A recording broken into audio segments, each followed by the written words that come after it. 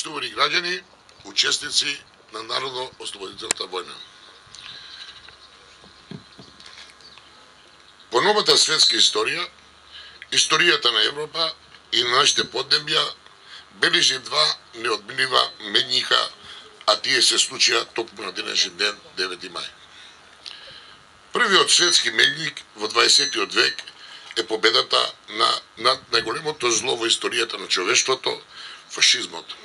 На овој ден, во 1945 година, капитулира Третиот рајх, со што се означи крајот на најголемиот воен судир во историјата на човештвото, Втората светска војна. Значењето на овој историски менјик во светот не е само поради крајот на војната, туку и поради тоа што по тој крај во светот и во Европа настанаа мощни крупни промени во општественото и економските формации, но истовремено и процеси за интегрирање и глобализација во светот. Познат е фактот дека нашата земја даде значаен придонес во антифашистичката војна. Тој е неодминлив дел на слободарската историја на нашето поднебје. Таквиот однос во тогашните периоди придонесе во вирот на светската војна македонскиот народ да ја оствари својата вековна желба за слобода.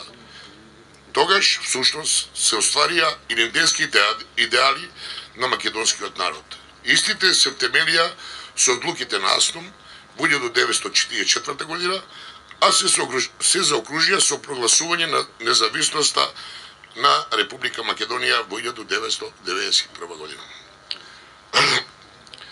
Во таквиот историски хероизам и непокор, учеството на Куманово е особено значајно и големо.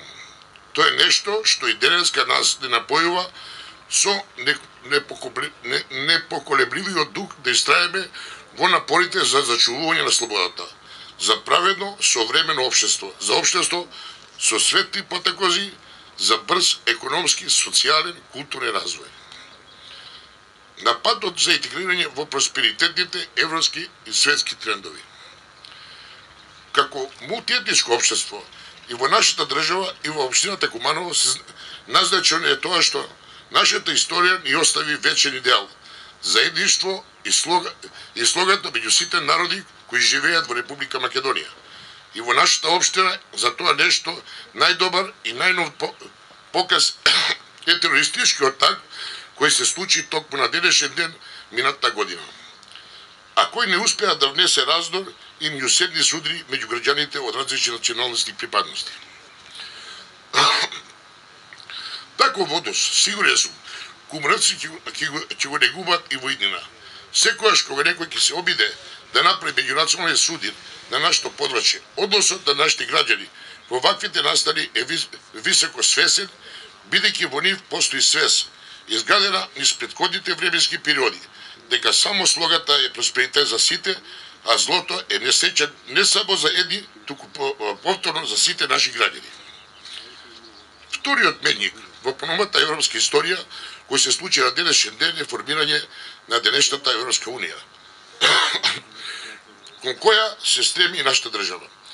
Незиниот зародиш беше декларацијата на Шуман од 9 мај 1950 година, по која се формираше заедницата на јаглени челик помеѓу Франција и Германија. Врз тој темел се создаде Европската економска заедница, инспирирана од другиот голем европеец Жан Моне. Оваа заедница во 1993 година прерасна во денешната Европска унија. Во неја тогаш членува 12 европски земји, за да до денес со незиниот континуиран развој и проширување таа има 28 членки. Иако различни, овие два настана имат длабока и заедничка символика. Борбата против фашизмот беше борба за слобода на народите и за просперитет во еднината. Од друга страна, обединувањето на европските земји во форма на Европска унија на најдобар начин го покажува патот за развојот и просперитетот во еднината на сите народи на европскиот континент. Свесни за значењето на двата историски менјици што се случи на денешен ден, денеска и секогаш, ние со почит се сеќаваме на нив и ги чувствуваме нашиот оптимизам извира од истрајноста и херојството на претходните генерации. Нашето оружие, нашето средство за напредок денеска треба да биде знаење, демократија, борба за правна држава, подобра економија, подобра живот на луѓето. Такво нешто, свесни сме, не може да се постигне со изолација, со национализам, со авторитарно управување со државата, туку со интегрирање на целокупниот систем со стандардите и вредностите на развиениот и демократскиот свет, со влезот во НАТО и Европската унија. Да ни живее Република Македонија, дека ни е честит денот 9 мај, победа фашизмот.